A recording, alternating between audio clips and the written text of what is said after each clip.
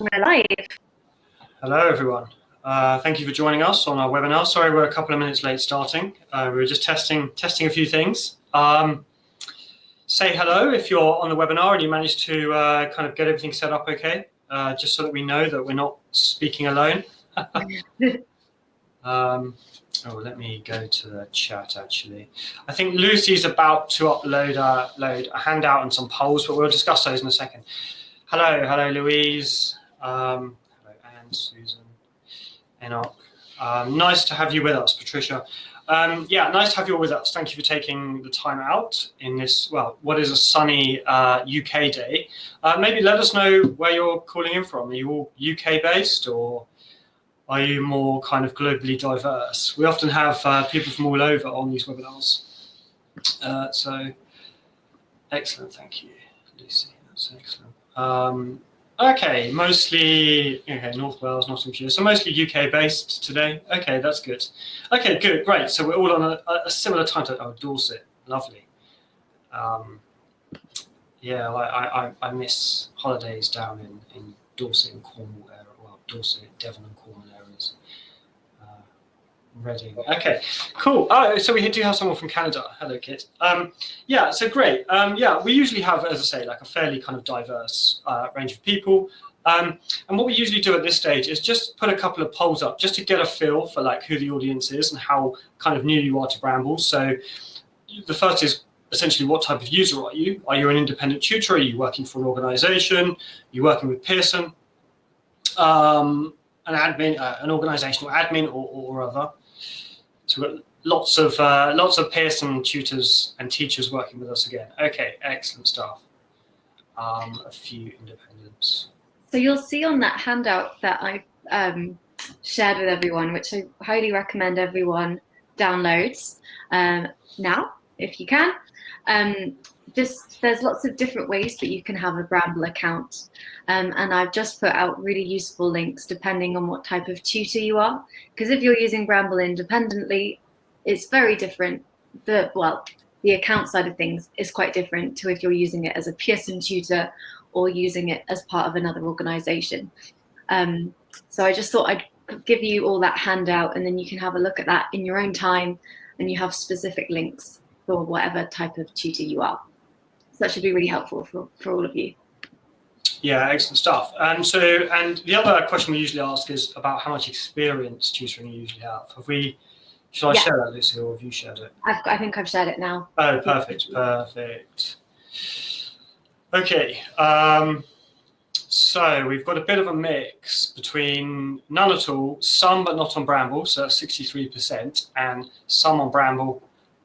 So no one really with a lot on Bramble, which is usually the case. We usually have people who are fairly new to Bramble, and we're going to go through everything, assuming that you're relatively new. You may have had some experience on other platforms, but maybe you're getting some experience, or you're interested in learning a little bit more about Bramble, which is great. Okay, that's really interesting. And just to say that we will be kind of answering your questions mostly at the end, but feel free to drop them in the chat as we go along, and we will do our best to answer them, and or maybe give some demonstrations as we go, because this is a fairly kind of interactive webinar where we basically go through a bunch of stuff, some of the features on Bramble, and we kind of get feedback as we go. Okay, so just to introduce ourselves, my name's Scott. I've been working with Bramble for a couple of years now, but before that, primarily I was a professional tutor for around 5 years. I still do a lot of tutoring, obviously on Bramble.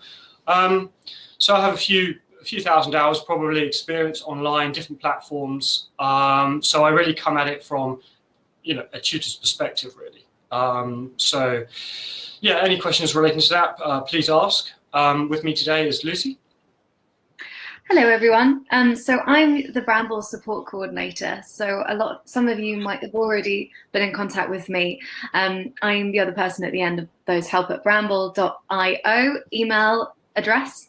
And I'm here to answer your questions and to keep an eye on the chat as well, and to co-present with Scott.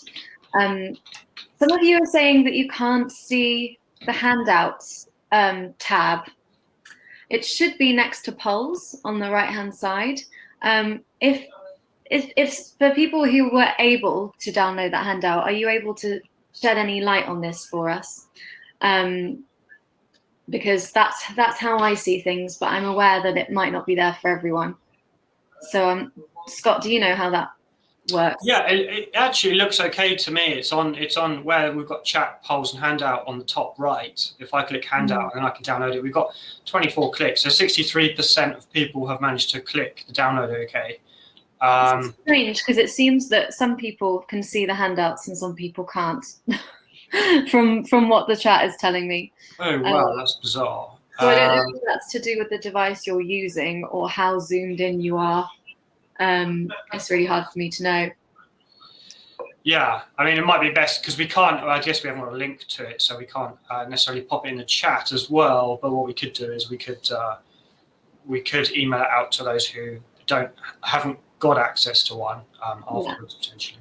Yeah, I'll sort it out for everyone. I'll see if I can post it in the chat. If not, I mean, to be honest, all the links are in our help center. All I've done is link you out to the correct place in our help center. So if you can't find it, you can always just have a look at that and just find the link that's for you. Yeah. So what we're going to try and do in terms of the webinar is Scott's going to present it for you.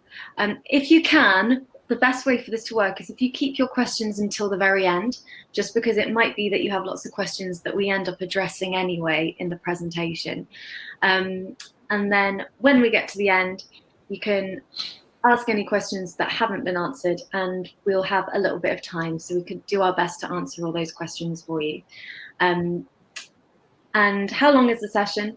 Maximum an hour and a half, but we are aware we don't want to take up too much people's time, so we're going to try and make it even more succinct today. So yeah, keep those questions noted down somewhere until the very end, and we can always answer them for you in an email afterwards, or we've got lots of other resources for you. And we'll be recording it. It's automatically recorded and it will be sent out to you afterwards as well. I'll let you get on with things then, Scott. Excellent. Okay, excellent. Well, let's get into the presentation so that we can I'm just going to share my screen. So, Lucy, if you can, let me first make sure that I'm live on this. Sure. Yeah, do you want to let me know if and when you can see my screen? I can see it now. Excellent stuff. Okay, right, so let's get into this. So what is Bramble? Now, most of you will have probably come across us seeing as you're on this webinar. We're essentially a live or an online tutoring platform, which is designed to be very highly interactive, where every lesson is essentially recorded, transcribed, and fully searchable. So at Bramble, we fully believe in capturing all of the value that you create as you're tutoring. And this device really gives you the ability to do that. So much more than just an online whiteboard, as some of you may be familiar with. So in 2020, this is just a very quick one, just to show in 2020, we did close to 700,000 hours. In most countries in the world. We're coming up to our millionth hour, which is going to be a big kind of celebration on our part. But also on the tutors' part, we've seen many tutors, as you can see, from different countries using Bramble for remote learning and remote teaching. And I probably don't need to preach the benefits of online tutoring. I'm sure most of you by now have at least had a bit of experience online teaching, but of course the benefits are vast, one of which is obviously that you can teach to an international client base, which is fantastic. You're not limited to a particular area. And Bramble really facilitates that. It's very intuitive and simple to use, and it really just involves, I guess there are different mechanisms depending on whether you're a Pearson tutor or an independent tutor, but it's usually pretty much one-click access. Won't dwell too much on this. Other than that, we've got numerous different partners we're working with. Of course, a lot of you today are Pearson tutors, and so you'll be familiar with coming through to Bramble via Pearson. Of course, we have a great kind of relationship and partnership with those, but there are also many Tutor Doctor franchisees who use Bramble, amongst many others. So we really range from the very biggest of education companies to you know, some of the smaller ones. We're also deeply involved in the National Tutoring Programme. I think we're probably the main provider of online software to those going through the National Tutoring Programme. So I think this is quite a nice story about how it began. It's something that attracted me. So I used to, obviously, as I said to you before, I've used several different platforms, all of which, or many of which, I found quite underwhelming for teaching on. Now, Bramble was founded kind of on that basis. Our two co-founders met at Cambridge University. They set up a social enterprise, essentially delivering where they were. The idea was to get Cambridge undergraduates to deliver kind of peer tutoring to some local kind of state sixth formers and then all national state sixth formers. And of course, they used different softwares at the time. Most of which being video conferencing softwares, and they found it very underwhelming in terms of these are platforms that are really not really designed for teaching on, but many people have adopted them because there weren't other alternatives. And so Bramble was kind of born on that premise that it's a teaching platform and a tutoring platform that's been built from the ground up specifically for tutoring on, and specifically for virtual teaching, if you like. Yeah, so we like to say that teaching is not meeting. And, you know, meeting really with the reference to video conferencing tools, okay? So simply having a webcam and talking to someone else on webcam and screen share simply isn't a good teaching experience. You know, at best, it's very passive for the student, and at worse, you know, it can be fraught with technical issues. So we like to build our foundations on highly engaging and interactive lessons that can be searched and recorded and transcribed, so you can actually capture the value, as I mentioned.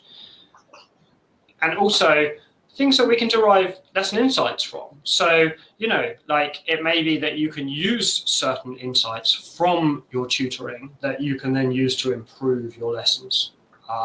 We also now do a Q rating system where you can actually rate your students, and we'll talk a little bit about that later in terms of providing quite crucial feedback. So as we said, interactive sessions. Now, I'm not going to dwell on this. We're going to show you actually how to construct interactive sessions live. Lucy and I will essentially demo the session app for you, and we will show you how to get the best out of Bramble in terms of looking at it from a very interactive standpoint.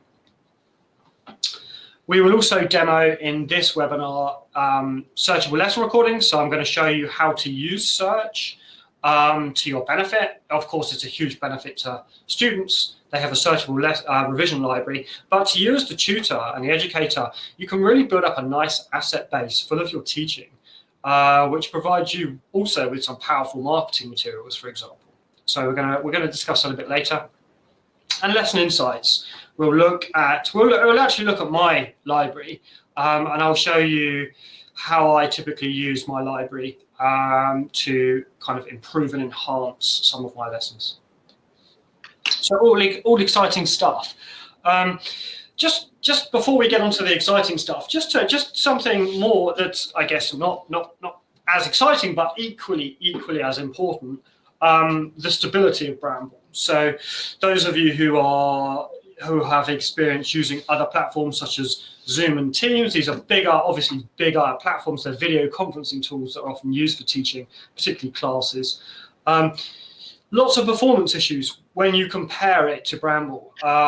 We really have a good bunch of developers on the back end and a very kind of stable server network. So you shouldn't experience many technical issues at all on Bramble, which is obviously the foundation to a great session.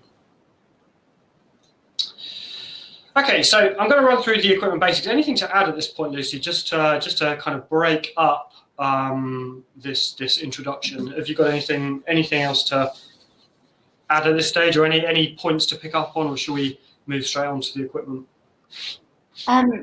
You're doing a great job, Scott. I have nothing more to say other than to those people who didn't find the handout, I've just posted on the chat, if you haven't already seen, all of the information on that handout. So just take a look at the link or copy and paste the link into a notes page or something that best represents you. And you can take a look at that in your own time. As we said, we're going to be focusing mostly on the session app itself and the live sessions, and then the session recordings after that. So those handout will just help you with the first part, the boring part, all of the admin. And in fact, just adding on that, one thing we should add to this is training and support, really, because we haven't added it, but training and support we also pride ourselves on, and we feel that we do have very good training and support to help you get set up and working very quickly. Largely thanks to Lucy. I try my best. Okay, fantastic. So yeah, equipment basics. It's important you get the right setup, to be honest with you. Now, if you're going to be tutoring a lot, getting the right setup is a good idea. Now, fundamentally, the basics are a computer and a microphone. So that you don't get feedback, the microphone is a good idea. Obviously, a device you need. If you're going to be doing online tutoring, you need a device to tutor on. Now, that can be many, many things. Bramble has been designed to really be a cross-platform device. It syncs very, very seamlessly and effortlessly. I can't say it. Seamlessly across other devices. A tongue-tied moment. Quite ironic. Yeah. Yes, I will learn to say that word correctly before I try and incorporate it again. But yes, it's very seamless across other devices. You can use it, be it whether you're on a Chromebook, whether you're on, I'm on a Surface Pro, a MacBook, PC. It's really designed to be kind of, a cross-device platform. One thing on that, just to quickly point out, is that on 99% of devices, you're going to want to use Google Chrome.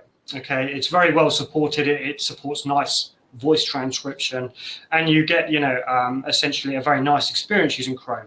Now, for those of you who are going to be using iPads, and we don't necessarily suggest using an iPad as a primary device, but you can do. I have many students who do, and it's fine. But you want to be using a Safari web browser because they just don't support Chrome in the same way. So that's really the only exception to this setup. Unless you're going to be using an iPhone, which I definitely wouldn't recommend. You could do, but then you would also use Safari. But in general, you're going to be using Google Chrome if you're on most devices on Bramble. Okay, and just to say that we do have some sections in our blog which outline devices which we feel are very effective for online tutoring. So feel free to check that out. Now, you can improve your experience quite substantially by adding in certain tools for writing on. Okay, so you can start off with a mouse and a trackpad if you wish, but you will notably improve your tutoring experience by adding in just a simple drawing tablet.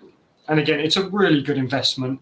They're usually USB connected. I'm not sure if you can get any Bluetooth ones yet, but certainly USB connected ones.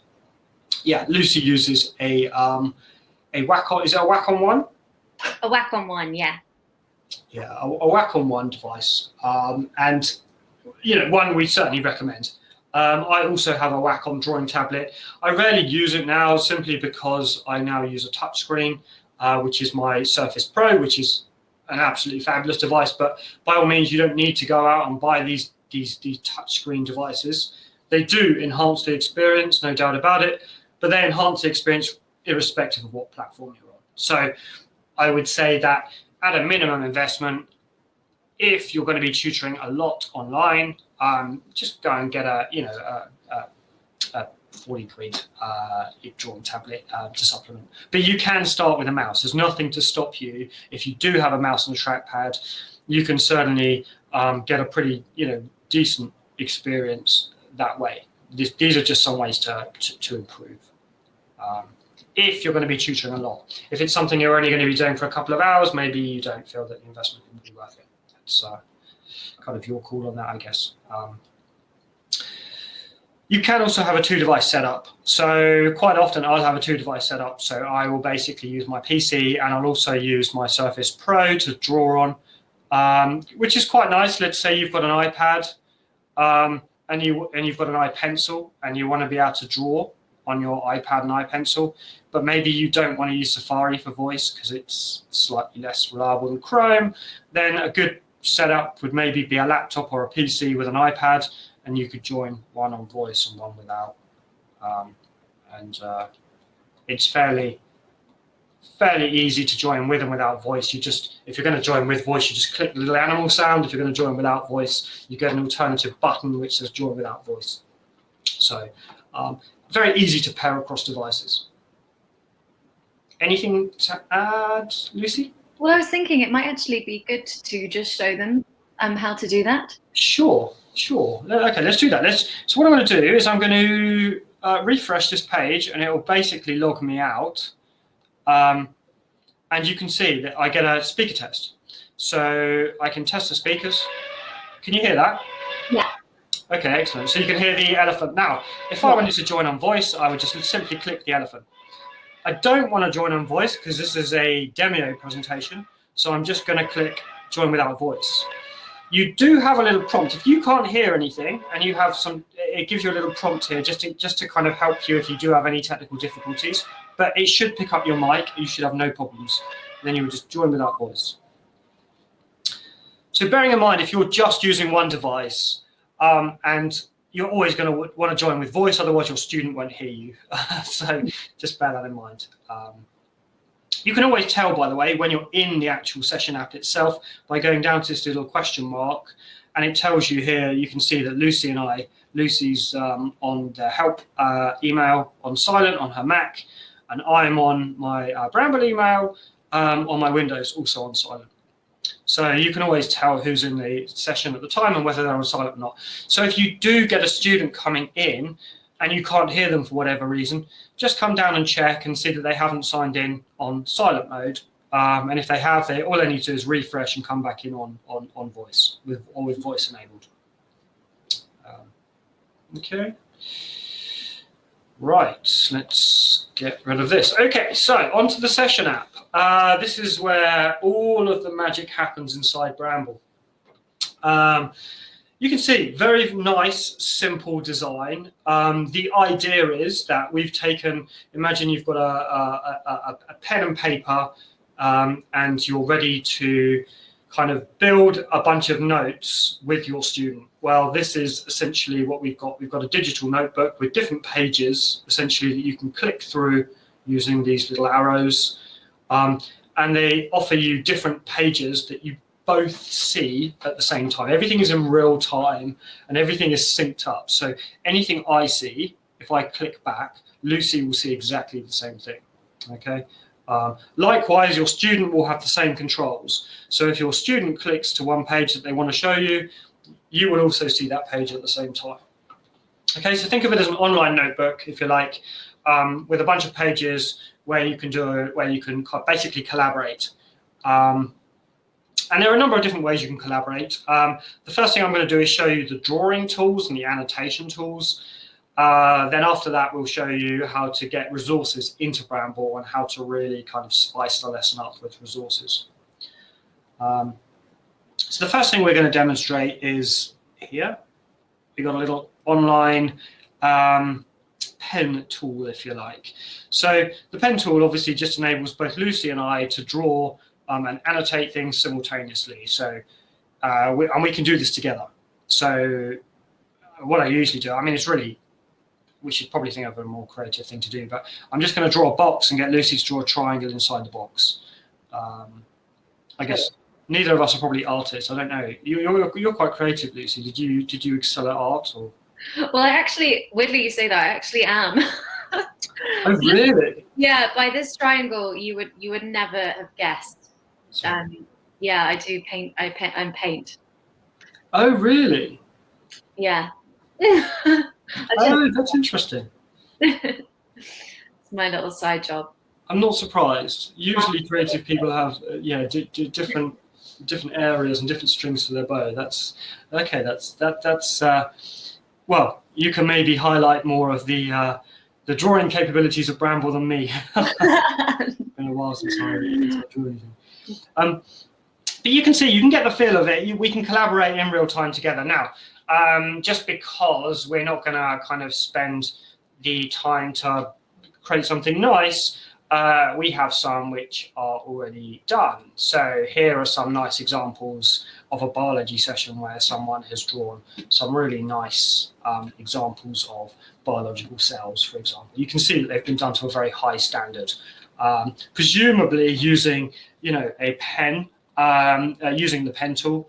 But you can see very, very nice examples of different biological cells and cell membranes. Okay, so you can do some really nice stuff on here. It's quite a nice nice feel to the pen, and you can see that you can get some nice resolution from the pen as well.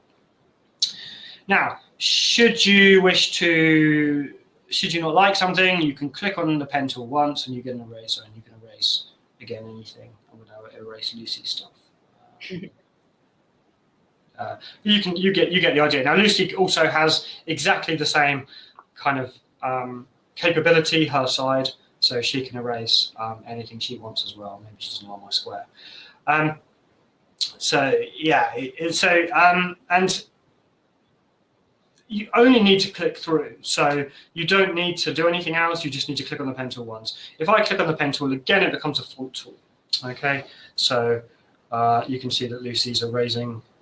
Probably a good thing. So now we've got a font tool, and the font tool will be in the color that you designate. You can see that I'm currently on orange. I'll show you how to change that shortly. But I can type in, and what you'll notice is when I type, it's all in real time. So hi, it's Scott here. You can see that I can type and talk at the same time if you're capable of doing both.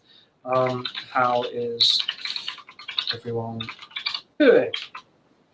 So, and then I can click off that, and you can see that it's kind of set in stone.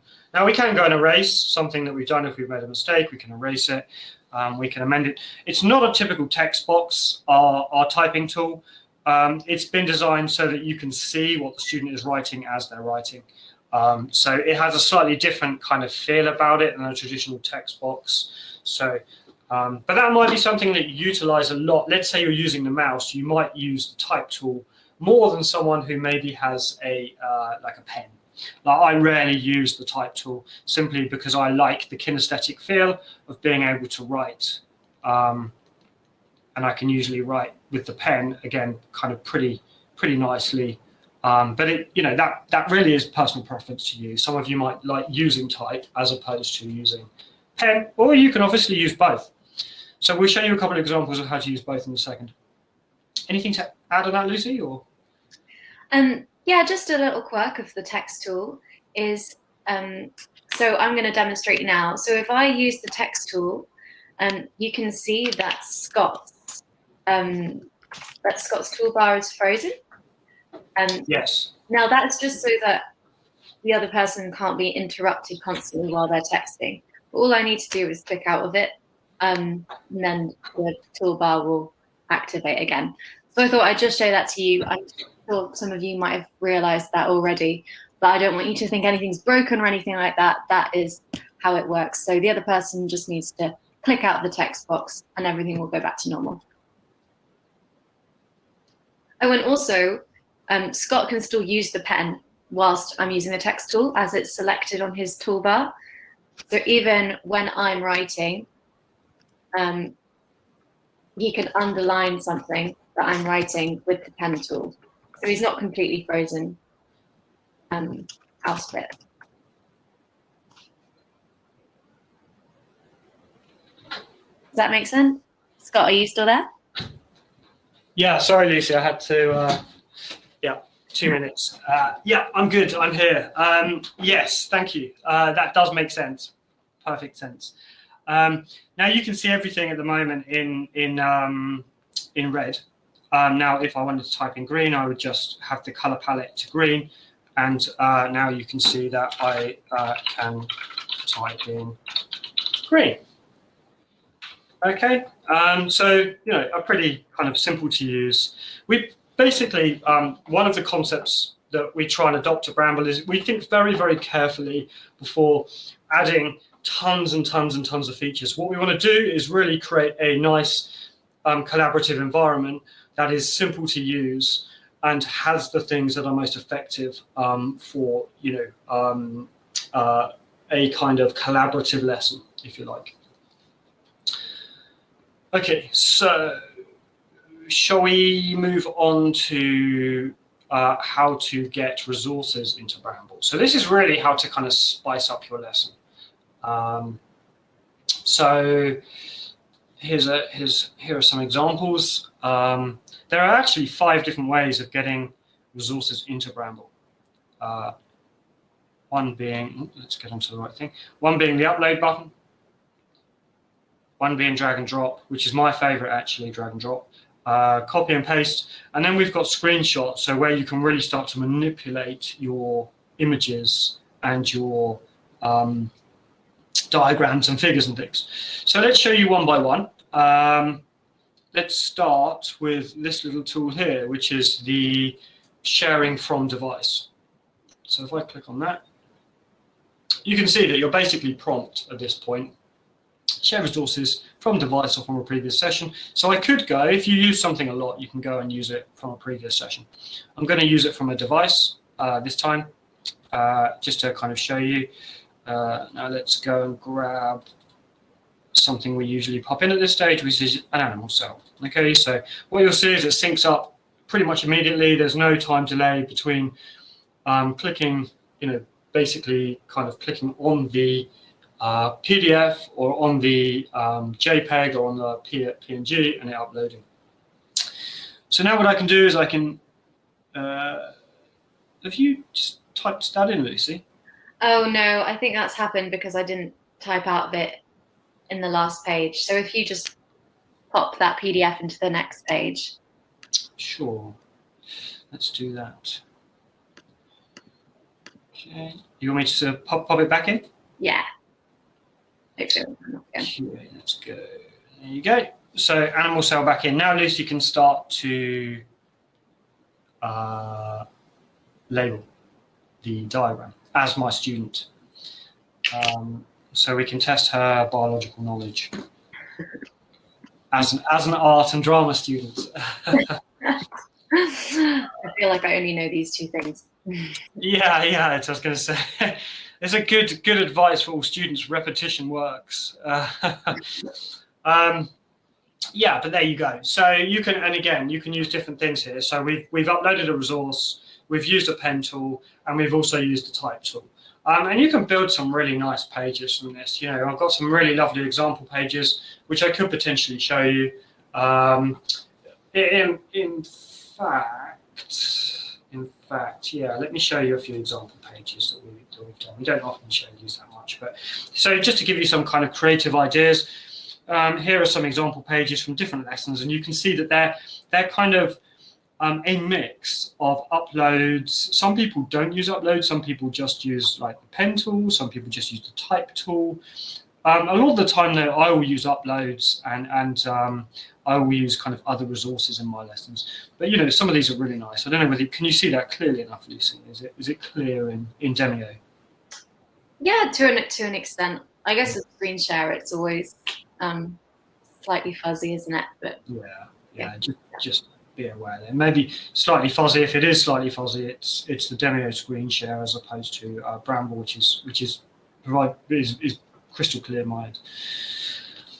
Okay, so the next way of doing things is drag and drop. Now, this is the way I prefer. I typically, as a tutor, I have folders full of basically full of different content. So I have folders full of exam papers, folders full of content that I use typically a lot for different subjects. And so one way to drag and drop is simply, I'll show you an example. I'll pull this down here. Let's say we wanted to drag in these mitosis phases. Let's say we were doing another, I know we're doing a lot of biology at the moment, but obviously this can be used for any subject. It just so happens that we're demonstrating a lot of biology. But so the first time I drag and drop it in, you'll see it's basically instantaneous, and it autofills. So it'll autofill the screen. So if you want a large image in the dimensions that Bramble is in, you can just kind of drag and drop it in. Now, let's say we want some of the others in there to look through the stages. You would simply drag and again drop it in. And you can see a nice auto size. It's kind of a smart auto size feature. Drag and drop another one in, and let's get the final one with the telophase. And now you can see that we've got a nice kind of quadruple diagram page here where we could look at the different phases of mitosis. So your student could then go in potentially, and actually let me get that on a red pen so you can see my annotations over the top, and they could start to draw potentially for example the main features of each of the mitosis phases, for example. And you can see you can draw over and you can annotate over any diagram you want, just to kind of enhance your resources. And do remember, anything you do on Bramble will be saved, and we'll come on to that a bit later, but you can save all of this stuff off as lesson notes and as PDF. So it might be worth thinking through, how you might want to structure your lesson so it gives your student a nice kind of handout of what you've done following the session. Okay, so that's drag and drop, and that is also upload from device. Now, the next one we look at is usually copy and paste. So let me give you a couple of examples of copy and paste. We can copy and paste lots of different things. I'm going to give you an example of a web page of the periodic table.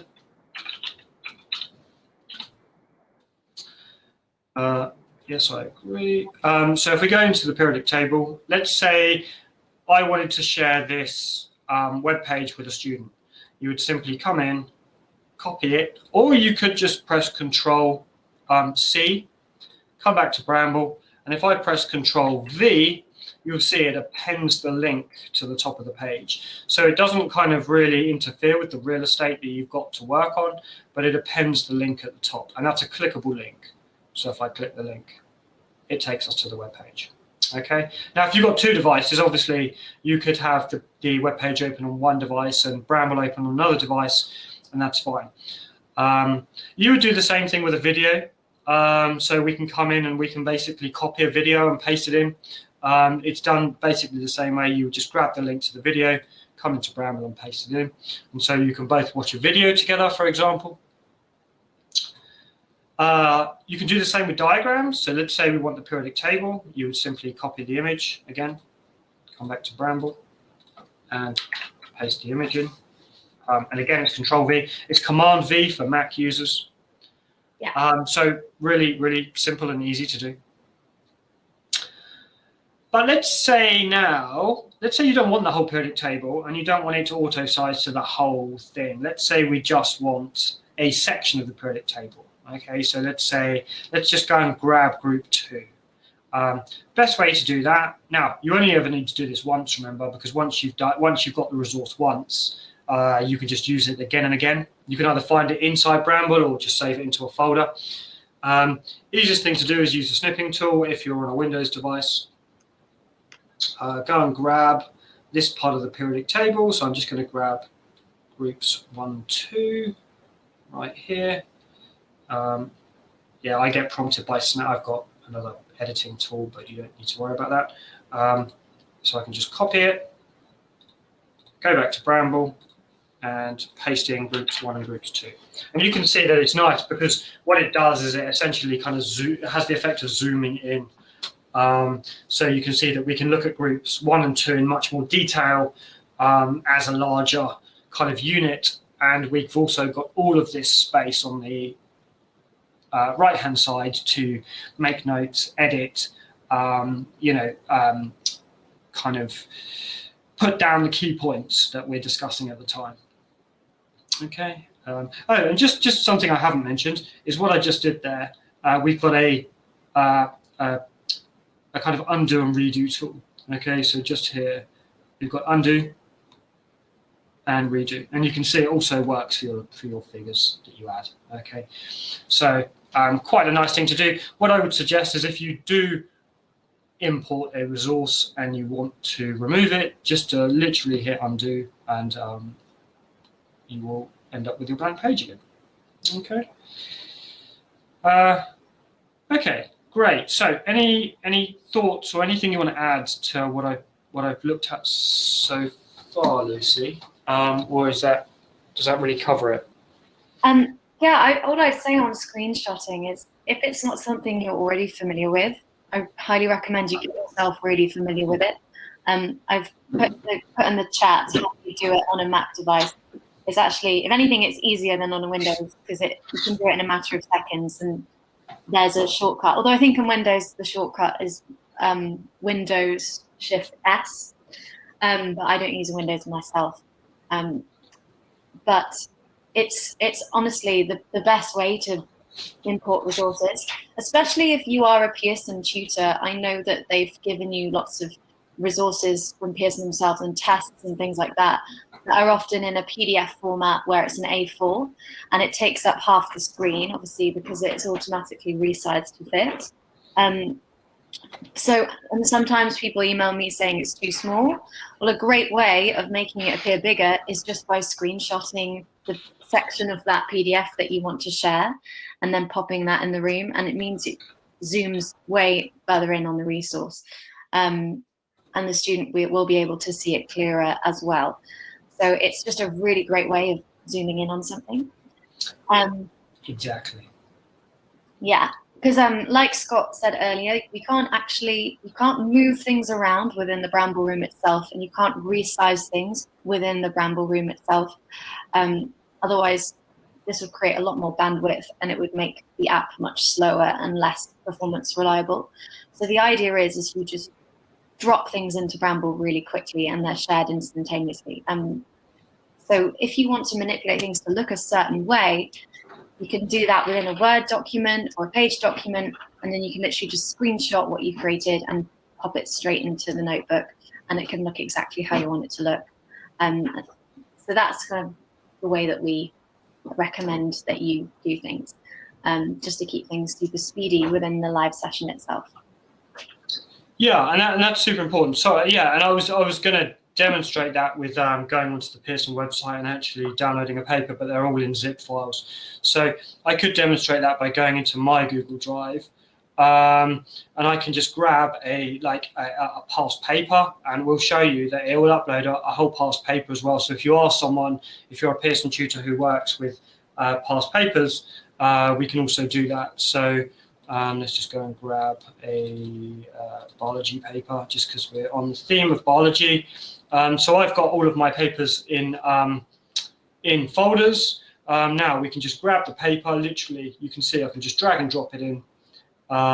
If you are someone who uses a lot of past papers, and you'll see that each page of the past paper will be kind of auto-populated on a different page of the notebook. So you can go through the past paper systematically with your student, which is what I do a lot of, actually.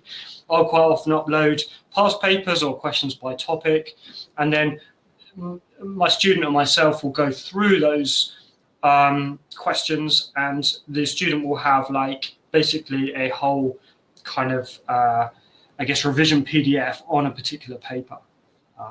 So it's just worth kind of pointing out. As you can see, big PDF, the whole paper was uploaded. And yeah, it took a second or two to upload. So it uploads this, it uploads these really, really quickly. But just bear in mind that you may not want to upload the whole lot. You may just want to take, like Lucy said, take a screenshot of each question paper and then import it in that way. You can do both. Okay, so final couple of ways of getting things in. We actually have more ways of getting things in, and so I'm going to draw your attention to the webcam tool. We do have a webcam at Bramble. It's a modal webcam. We'll discuss that in just a bit. But the first thing I want to show you is how to get things into Bramble that maybe you have a hard copy of, and you don't want to take the time to go and take your phone and take a picture and then get it in. You can get things in directly. Okay, so we can click on that. You'll usually be prompted, if you haven't already signed in and this is your first time, you'll be prompted for Bramble to basically enable and allow your camera. Okay, so just bear in mind you need to do that before your camera or your webcam will be enabled on Bramble. So just allow it. And then it will essentially request a camera, and you can see that I'm back on webcam here. Now, if I don't want to use webcam directly, but I just want to get a resource in, what I can do is I can essentially hold up, let's say I've got a book, I can hold that book up. Maybe I want to show the student what book I would recommend, and we can essentially take a snapshot. Okay, and so you can basically get anything you want in there. Now I could have opened up that book and kind of taken a snapshot of something else, and you can still edit on top of it. So it's a really lovely tool. I often will find something in a book that I think will be useful for my student, or from my student's perspective, quite often what they want to do is show me some homework. So again, all they do is they just click on this little webcam tool. Show you it one more time, and it's this take snapshot one here that you can see. Okay, so and it will take a snapshot of anything. You could hold up a bottle of water if you want to show your student what water you drink, and take a snapshot, and it will just pop it in. Okay, so really nice tool. So yeah, 5 ways to get resources into Bramble very quickly and very efficiently, which I really love. You know, I think it's a very quick and efficient way of doing your online tutoring. So finally, a couple more bits we've got to look at. Firstly, the webcam, and then we want to look at exporting, which is basically how you finish your session. And we'll try and, if we try and finish the session out by 5, then we can have a quick look behind the scenes at the recordings, and then search, and then we'll take your questions. So Bramble currently uses a modal webcam approach. Okay, so what you can see is if I pop that back up again, you can probably see me on the webcam again. Now, if your student was here, so say Lucy also did the same thing on her end, she would pop up. We have many meetings on Bramble actually internally, and we've had up to, I would say, four or five of us quite comfortably, all using webcam. Now we take a modal approach to webcam, because actually it can be quite distracting having a big webcam portal when you're trying to collaborate on the notebook itself. There's only so much real estate on the screen. We want to maximize that real estate. So what we typically do is we suggest that if you want a face-to-face discussion, you put webcam on, and you can have a chat with your student, you know, have a catch up, find out how their week was going. Then when the serious work starts, if you like, we can cancel that, come back into the session app, and everything then is focused on the session app without kind of superfluous distractions, if you like. The other big plus actually of not having an integrated webcam, which we found out, if you remember back to the performance chart I showed you earlier, we have very little downtime, and that's because we try and keep the bandwidth quite low on Bramble, so that if people have, let's say, a slightly shaky internet connection, or, you know, they just want like Bramble to really work in a very kind of fast and efficient manner, we don't add things which are going to exponentially increase bandwidth, and webcam is one of those. Hence, you'll see a lot of video conferencing tools having lots of downtime, which we've tried to really reduce. So kind of that's the kind of philosophy we took on this, on kind of introducing and using webcam. Anything to add on that, Lucy? Hello? All I'd say with webcam is just approach it with an open mind. I know it might be a different way of how you're used to doing things, but we've found that most students, if not all students we've spoken to, really prefer using it this way and find they actually focus on their work much more efficiently, because they're not feeling self-conscious about what they're looking like on screen, and looking at themselves all the time and worrying what's in the background. And there's some positives on privacy there as well. So yeah, give it a go and see how you feel. I know a lot of you will be teaching group sessions as well. And obviously the more people in a room, the more bandwidth being used. So I'd say it's great to use webcam when you first want to meet your students. But after that, working in the room, often they prefer it anyway. And you can just really focus on the work at hand. Yeah, great stuff.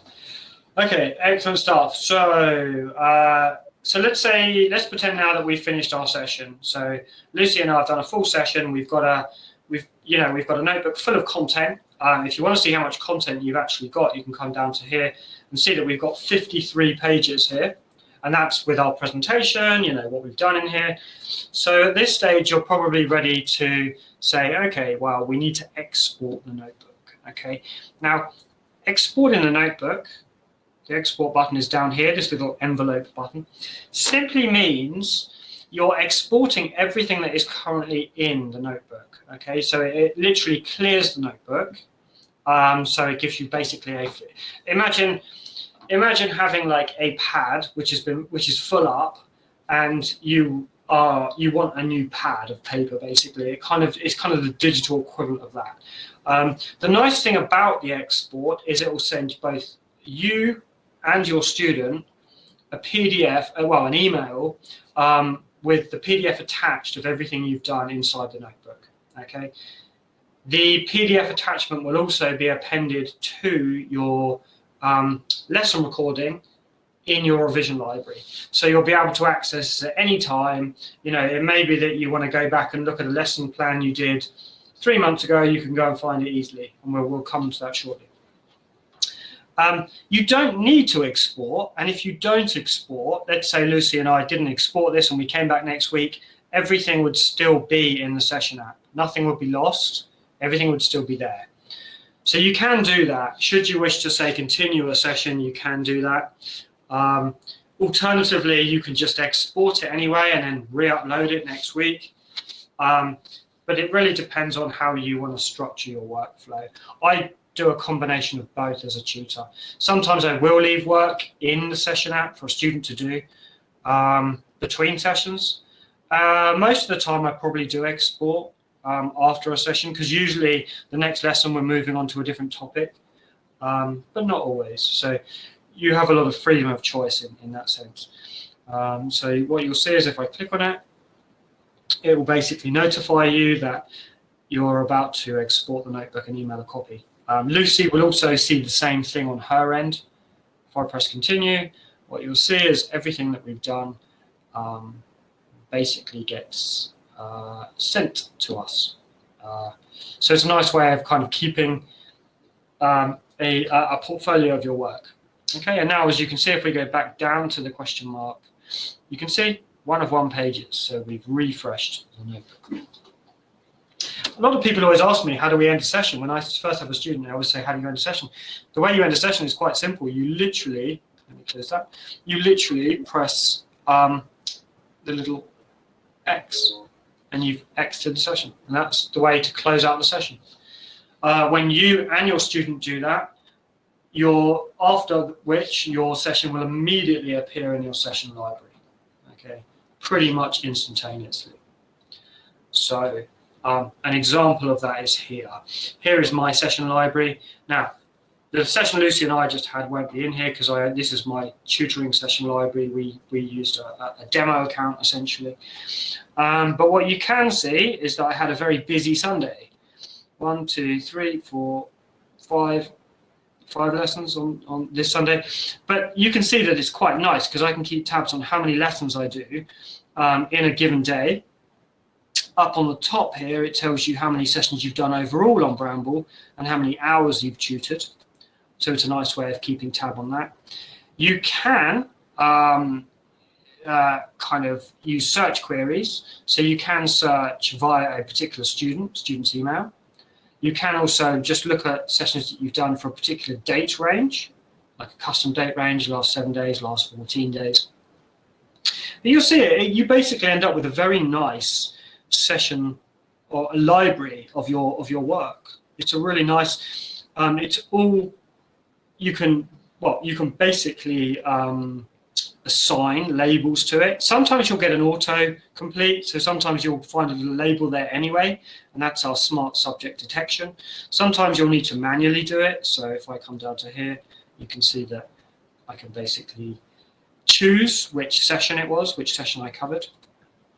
But usually you'll see it's quite simple to know just from the session synopsis. So, you know, CH2, compound, formula, this is a chemistry session. This is probably a more obvious one where you've got mass, moles, number, oxygen, copper. But you can see some really, really nice features in terms of like what you get in your session app. Just to say, just in case you don't know where this is, it's basically if you go to your account, it's under sessions. So all of your sessions are stored there. You can also play the session back. So if you want to play the whole session back, you can do. So if I just very quickly click on that, I'm going to join without voice. What it will show you is if I fast forward it, it will show you. So it should be fairly well on the gems and mechanics. There you go. So you can see this is the session that we did. This is with my student. You can see that we were doing some organic chemistry. And you can see that I've uploaded a resource and then we've collaborated on this resource. And we collaborate on the resources together. So it's very interactive for the student. Okay, let me just close that out. So you can play that back if you wish. If you wish to see and evaluate your performance as a tutor, you can do so. Now, the one thing I haven't got on here is Q ratings. We've recently added Q ratings. So let me go and show you how you would enable those. If you want to give feedback after a session, you would simply go to your account area. You would go to your settings, and you can see here, allow tutors and students to provide feedback. So if I simply click on yes, and then go back to my session library, what you'll see is ratings required. Now what this does is it allows me to go into here and click on it and basically give my student some ratings. Okay, so how engaged was the student? So I could say, okay, 80% engaged.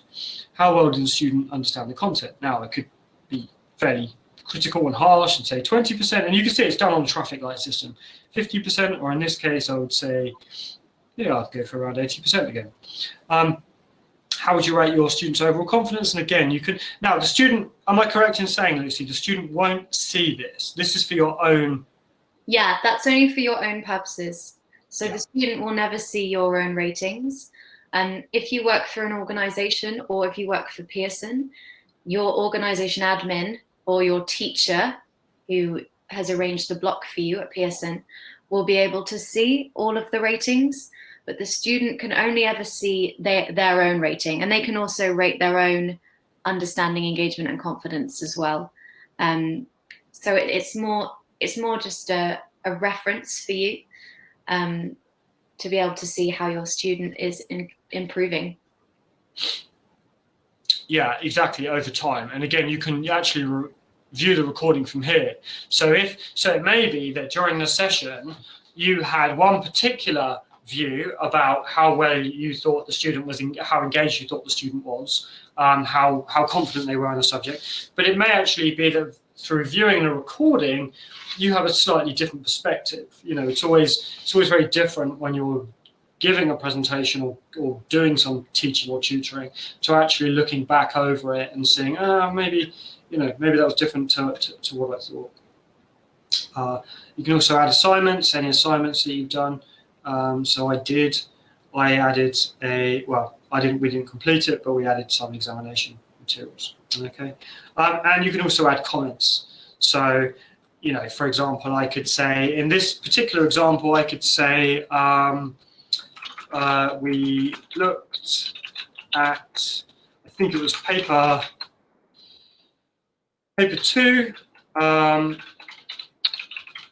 organic chemistry, and the year I think was 2017. So, for example, I could put, paper 2, 2017. You could put the exam board, whatever you wish. So I'll just submit that. Okay. maybe I shouldn't put it in brackets, but you get the idea, right? You can provide nice feedback for yourself and your students. So let me go back to my sessions. So yeah, you get some really nice features. The other thing to say is you also get a word count. Now you can't see a word count here simply because I've protected the privacy of my students by blurring it out. But essentially you do get your email and your student's email, and you get a word count just to see, you know, the proportion of words you've both spoken. I thought there was also a word count here, Lucy. Have they been removed? I think they were as well, but perhaps I'll have to look into it. Yeah, okay. But either way, you can see the word count on basically after your sessions, so you can kind of get a good idea as to the proportion of words spoken by yourself and your student. Now, why might that be interesting? Well, you know, different students are going to be. Some students are going to be more extroverted than others naturally and going to speak more than others, obviously, but it might be the case that you feel like maybe in 1 or 2 sessions that you were a little bit too dominant and you didn't, and the student wasn't maybe engaged enough. You might be able to kind of see that if they usually speak 500 words a second, a session, I should say, a second, and you know, maybe 1 week they only spoke 20 words, maybe they weren't quite as engaged with that session, and that might feed back into your ratings. So there's a lot of information you can get from these, as well as it being a very nice library for yourself. Now, we also have an additional tool which makes you really kind of able to search these sessions in a very effective way. It's what we like to call search. Well, it's really a revision library, but we call it search because basically you can search any of your sessions by keyword. So let me show you how that works. So I can essentially search any of my lessons and it will bring up my lessons based on a keyword. So let's say I do enzymes. There you go. It will tell me that I've discussed enzymes 57 on 57 occasions. I can click on enzymes and it will take me to the sessions where I've discussed enzymes. Now I can click on this and basically go into the session where I've been discussing enzymes. I'm just going to cut. Sure. That's just me speaking. I don't know whether we've got... yeah, okay, so we're probably discussing enzymes in this paper, but it'll basically take you into the section where you were discussing enzymes in your lesson. And what it will also do, which is nice, is add the resources that you've been using. So if I click on this, you can see here, secreted enzymes. So resources that relate to enzymes themselves. So here we go. If I click on this again, you can see that we're looking, there will be something in here, here we go, that relates to enzymes. So you can really get quite kind of creative in how you go and find kind of previous sessions. So another one might be quadratic. Okay. So quadratics and factorizing, you can see there's a long tail to it, it auto-completes. So if I jump in here, we can see that, come down here, I can find factorized quadratics. So it's a really nice thing you can use if you wish to go and find some resources that you've used before. You can just come into your search library, type in a keyword, and go and get a bunch of resources that relate to that keyword. So really, really nice feature. And you find that search library basically at the top of your Bramble account. Okay, you click on it and you can enter key and you can basically search from there. Anything to add, Lucy, or would you like to take some questions at this point? Well, all I would say about the recordings, only people who have been part of that session can see that session recording. And then we know they've been a part of that session because they've signed in with their email address when going into the Bramble room.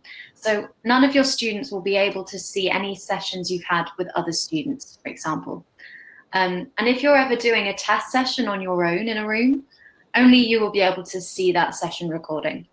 So that's sort of how it works in terms of who can see each thing. And in terms of removing recordings as well, only independent tutors and organizations have the ability to do that. Hopefully it shouldn't matter too much, because as I say, someone else shouldn't be able to access a recording that they shouldn't see, if that makes sense. Yeah, you can't download it, can you? Like, you can download the PDF. So here, if we look at this particular example of a session, we can look at the PDF. So if I click on that, it's the PDF of the session notes that we were looking at. You can see in this particular session we were looking at calculations. Okay. Now, so we both get the session notes, and that's downloadable. We can use them again. What we can't do is we can't download the session recording. The session recording is personal. The good thing is as well, and this is one of the reasons that we don't show the webcam or anything, because if we go to my session, what you can see is what we've been doing, but you can't see either of us. So they're kept in a very kind of personal fashion. So, you know, when you play them back, you're simply playing back the recording of what you see in the actual session app, and we think that's quite important for safeguarding purposes. Yeah. Actually, that feeds really nicely into Jane's question. She had a really good question. If you have exported a lesson, how would you go back to it the following lesson if you wanted to? So maybe it'd be good for you to demonstrate with that PDF you just opened, Scott, if you wanted to go back to all of that. Okay, so we just looked at PDF. The PDF I've still got open, actually. It opens in a new tab. So this is the PDF I clicked on. Now, if I wanted to re-upload this, I could simply press the little download button. Now you can save it off, actually. You could save it into a folder if you want, or it could just be a downloadable.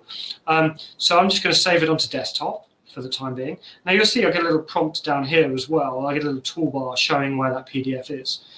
Now, if I go back into like a Bramble session, so let me go into, actually, yeah, I'm just gonna open up that, just the same session that I was in before, in terms of, okay. So here we go. So if I grab the link, so this is the link that I was on before in terms of my session. I paste that. You see our test speakers, join without voice. Now I'm back in again. Now I can just simply grab it and drag and drop. And here we are. Here is our session from the previous week. So we can literally pick up or take off, or what's the expression, pick up where you took off? Pick up where you left off. That's the one. Yes, exactly. So another really nice feature, so you can see in this case, the student and I had only got halfway through, right? We'd only done a couple of pages. So I might do this next week, for example, with this student. I might pop this back in and we can do some of these pages which we clearly haven't covered yet. So gives you a nice kind of history of your work. And I often find, I really do, I have so many, I have quite a few students and quite a few hours. And so when I reach a particular student, the following week, unless I've written some notes, I sometimes forget what we had done in our last session. Well, I used to previously. That never happens on Bramble, because whenever we both think, oh, what did we do last session? I can always go back in and look at the session notes, and it tells me exactly what we did last session and where we need to pick up from if we want to pick up from it. We can also look back at some of the session if we want to go back over things. So it's a really nice prompt as to, if you have a lot of students in a week, you might not want to keep writing notes as to where you are, what you covered, and Bramble just stores it all for you. So yeah, very, very worth using that. And also that's a great way, that what Scott just showed you as well, is you can create a notebook and you can reuse it over and over again. So you teach the same subject to multiple students instead of kind of keep uploading all the same material in different sessions. You can just create one nice notebook and then just drop it in to each session that you have. But also, like we said earlier, you don't even have to export. So if you've done a lesson and you know that you haven't quite finished all the work, but the session's over, just don't export. And when you next come into that lesson, it's already there. So it saves you a few steps. So that's another way of doing things. Okay, we're getting some questions in now. So we'll spend the next 10 minutes or so just addressing some of your questions. From Patricia, how do I delete a page that I have uploaded to Bramble? For example, I have uploaded several pages from the Pearson resource. I don't want to use all of them. So when you initially upload something into Bramble, you can undo it. But if you upload something into the Bramble room and then disconnect and come back into the Bramble room, you won't be able to undo what you did beforehand because you disconnected in between. So in that case, either what you can do is you can export the notebook and just start afresh. If there's a whole bunch of stuff in there you don't want to use, you can just export it to clear it. Or you could just ignore that page and just go on to a new blank page. What I recommend doing, a lot of people like to prepare lessons in advance. So they like to go into a room before the session, upload a bunch of work in there, disconnect, and then when you're next joined with the students in that same room, everyone can work on the work that's already in there, which is a great way of doing things. Lots of tutors like to do that. However, what I actually recommend doing is, like Scott does, is save all your work on a file on your computer, not in the Bramble room. So when you go into a Bramble room, it's empty with your students, and then all you have to do is drop the files in, because that means you can undo them. If you suddenly decide, actually, no, we don't need that resource, you can quickly undo it.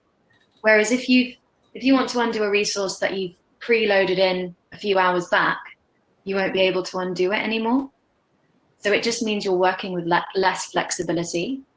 Whereas if you just drag things in as and when you need them, it means you're not bloating the notebook with any resources you don't end up using. It means you don't have to scroll through to the next blank page to find a new space to work on. And it means you can easily delete resources and pages that you've been using. So I find actually, rather than preparing your notebooks in advance, is just preparing all the resources on a file on your computer and then dragging them into the live session itself. I find just means you can work with so much more flexibility. And it's quite nice because your student can also upload stuff in as well. So they might say something like, oh, I was working on this the other day, can I share it with you? Then they can upload it straight in. They can still do that on a pre-prepared session, but it's just going to go straight to the end of the notebook. So you're going to have to flip through a whole bunch of resources you've preloaded in to get to the next page. So it's just a bit more of a faff, really. So that's kind of what I recommend on that. Pearson asks us not to open up a room. Okay. So Judah, do you want to send me an email about that one? Just because it's very specific to Pearson users, and I don't want to confuse everyone else. You can email me at help@bramble.io. On uploading materials, can you upload a whole paper in each page of questions automatically? Yes, Lucy, exactly. So when you upload a page, a PDF with multiple pages, each page will just go onto a new page of the Bramble notebook, which I think Scott showed us earlier with a question paper. I'll highlight that once more. If I go into, I won't go into my own thing, but let's say you just wanted to grab it, I don't know, from physics and maths tutor. Okay, let's just go to biology again. But they typically will have things, let's say, already in PDF format. So all you would need to do in this case is simply download it. Again, put it on your desktop or wherever. Go back to Bramble, literally drop it in. And it's really nice because you basically get each page of working to do, and you can literally kind of edit as you go along. So really, I probably do that more than anything else. I do work with secondary students at A-level and GCSE, most of whom are training. Well, they're in exam prep, and so we use a lot of papers this way, and it's really effective. Yeah, so that's how that works. And James asks, can you see a student's self-rating? Yes, you can. So again, that's quite nice for you to see how how they have interpreted their own confidence and understanding, etc. How can you show a video on screen on Bramble? So you can't play videos directly in the Bramble notebook itself, just because it would end up causing more complications than it would solve, unfortunately. But you can share a link to a video with your student, and then they can open that in a new tab and you can watch it. So I think Scott's demonstrating that for you now. So let's go with this one, our online tutoring update. And while we're on the topic, we may as well say we've got a whole bunch of snippet walkthrough videos, which Lucy has, and even some example sessions, which Lucy's put together fairly recently in terms of some of these. So worth looking at. But yeah, if you want to get this in, let me just pause it. What we would do is simply go and grab the link, copy the link, come back to our page, and it doesn't matter what page you're on, you can kind of append it. You can see that that's Control V, and the YouTube has been appended to clickable link. You can open it up, and it will open up in a separate window, so it won't close your Bramble kind of Bramble session down. It will just open up in a tab next to it. So again, if you do have multiple screens or multiple devices, it's very easy then just to kind of grab it and put it onto another screen. If you do want them both on the same page, let's say, and you don't have multiple screens, you could literally just pull it away and kind of minimize it. So minimize. So for example, let's say you just wanted to watch the video on a smaller screen, you could just minimize it. As you're working on Bramble, you would have to minimize the other one, and you could just do it as a half and half, for example. So you can see you can quite easily kind of manipulate the windows. If that's what you want to do, Bramble will auto size, and so will the video. So let me close that behind. So you can see we've got the Bramble walkthrough video here, and we've got our Bramble whiteboard here. So that's a way around that. You don't necessarily need the video in the session app. The student could do the same thing. That's nice, actually. I didn't think about that. Yeah. I have multiple screens, so I often just put it onto another screen. But if you just have the one screen, it's maybe worth just separating the windows and doing it that way. Great. Oh yeah, good question from Jane. I found that I can't upload Word documents, only JPEGs and PDFs. Yes, so in the Bramble room, you can only share PDF files or image files. But if you have other types of files like Word or PowerPoint or Excel, just save them as a PDF first, and then you can drop them straight in. Or alternatively, you could just take a screenshot of the page open on your computer and then paste that in. Sometimes I find that's actually quicker. And it means you can choose the exact dimensions of what you want to share as well, which I really like doing. Agreed. I mean, you can see here, you get download PDF, but I'm with Lucy on that one. I would just literally go in and I would just grab a screen dimension. So let's say we just wanted to look at these Twitter ads, then you can just choose the dimension, okay, and just pop that in instead. So we can just go and copy that, go back to Bramble, and we can kind of, well, we've got a spare page, we can paste it in. I don't know how big this doc is. Here we go. So we can paste it in. There you go.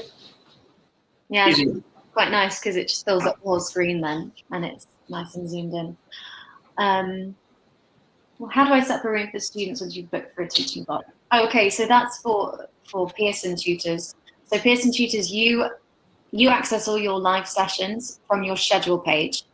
So you go into your schedule page and you click join session. You don't need to share any rooms with the students. That's all you need to do is to join the session from there. So you don't need to set up any rooms. Does that answer that question? Ryan, oh no, this is a good question from Ryan. If you click on the camera button, does that window show up for everyone watching? So are you able to see 2 or more people on a webcam at once? Yes, is the answer. Yeah, absolutely. So if there was just 2 of us in a room, it would show, the camera would show up both me and Scott. If there were 4 of you in a room, four camera windows would show up. And if it's not working, it's usually because the other person hasn't allowed their camera, so they haven't allowed access to it, or they're having some connection difficulties. But yeah, absolutely. You'll be able to see everyone who's in the room should pop up on that webcam. Do we have an example of that in here, I wonder, in terms of like showing? Oh, there we go. So in this one here, you can see that I'm speaking. It's a small thumbnail, but you can see that I'm speaking to another lady. I'll pause that. I was interviewing another lady about tutoring younger students online, but you can see that we're both the Bramble whiteboard is behind us. Sorry, I should say notebook. And you can see that that's how we're kind of having dialogue actually on Bramble at the time. So that's kind of how it looks for 2 people. For 4 people, obviously, you just get a little smaller windows and it kind of auto sizes. Yeah, so that's how webcam works.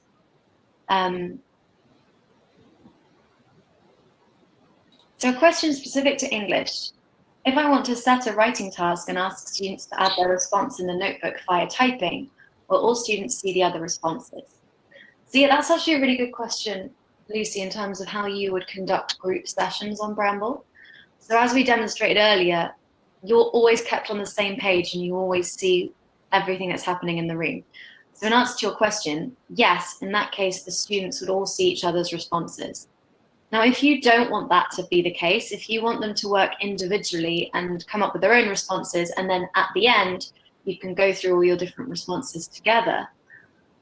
We're actually working on a bird's eye view on Bramble and how you'd be able to do this on Bramble, but I won't go into that because it hasn't been live, it's not live yet. So what I would do at this point is I would set the work on Bramble, explain it to them, tell them what their task is.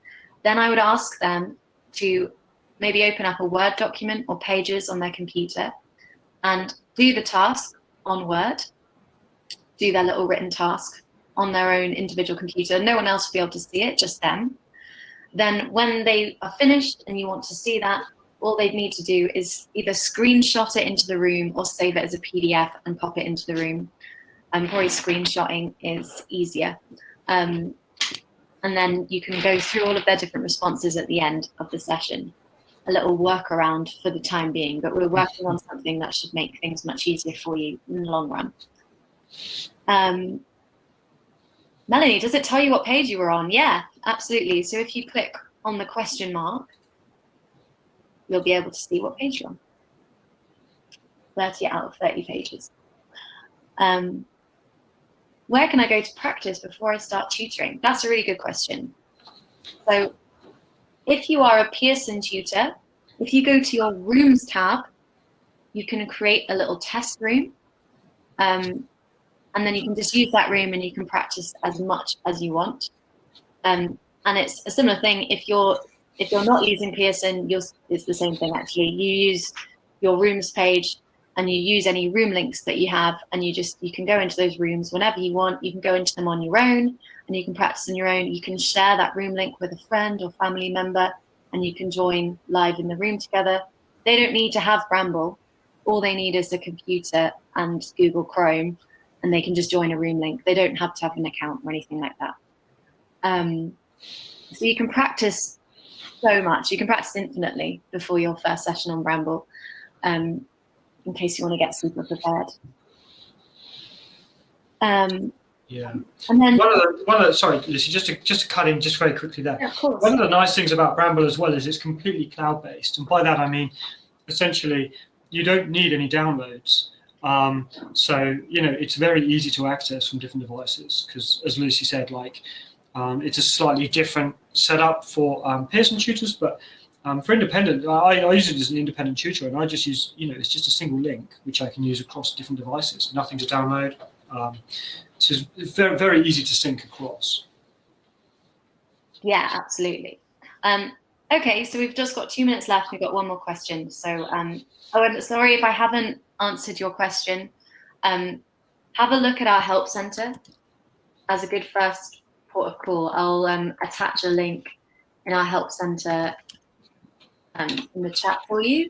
That should answer a lot of questions you have, and it also is a great way of revising if there's anything that you've forgotten about in the webinar, but we will also send you a recording of the webinar as well. And if there's anything really specific, like if you're having any technical difficulties or trouble with your account, or you have any, especially if you're a Pearson teacher and you've got lots of questions very specific to Pearson, just email me at help@bramble.io and I'll be happy to help you. Or actually, in fact, it might be better to just email the Pearson support portal, because with anything Pearson related, they should be your first port of call, really. So I'll pop that into the chat as well. And we had another question. Is there a green screen option for the background of the camera function? So we don't have all of the fancy things that you get on Google Meet and Zoom with all the different background options. So I just say, just try and pick as neutral a background as possible for the webcam. And then now it's 5:30. So perfect timing. Excellent stuff. Yeah, excellent stuff. Yeah, I know. The green screen. Yeah, what I often do is change up my actual room. The kind of what you can see behind me. I'll often change that up every now and then, just as a bit of a different background for my students to look at. Not really look at my background that much, but yeah. So that's another alternative. All right, great stuff. Well, thank you very much, Lucy, and thank you everyone for coming on. For those of you who have lasted for the full 90 minutes, thank you very much. We always appreciate you taking the time to come on and learn a little bit more about Bramble. Exactly, and feel free to just explore and do all of the practicing you need. And we are always here if you're ever getting in a pickle with anything. So, but hopefully you should find it really fun and easy to use. So yeah, thank you so much everyone for giving up your Monday afternoon. Yes, thank you very much everyone, and we hope you enjoy using the platform and you have a very successful time tutoring. Amazing. All right. Thanks so much, Scott. Take care. Have a good evening. Bye.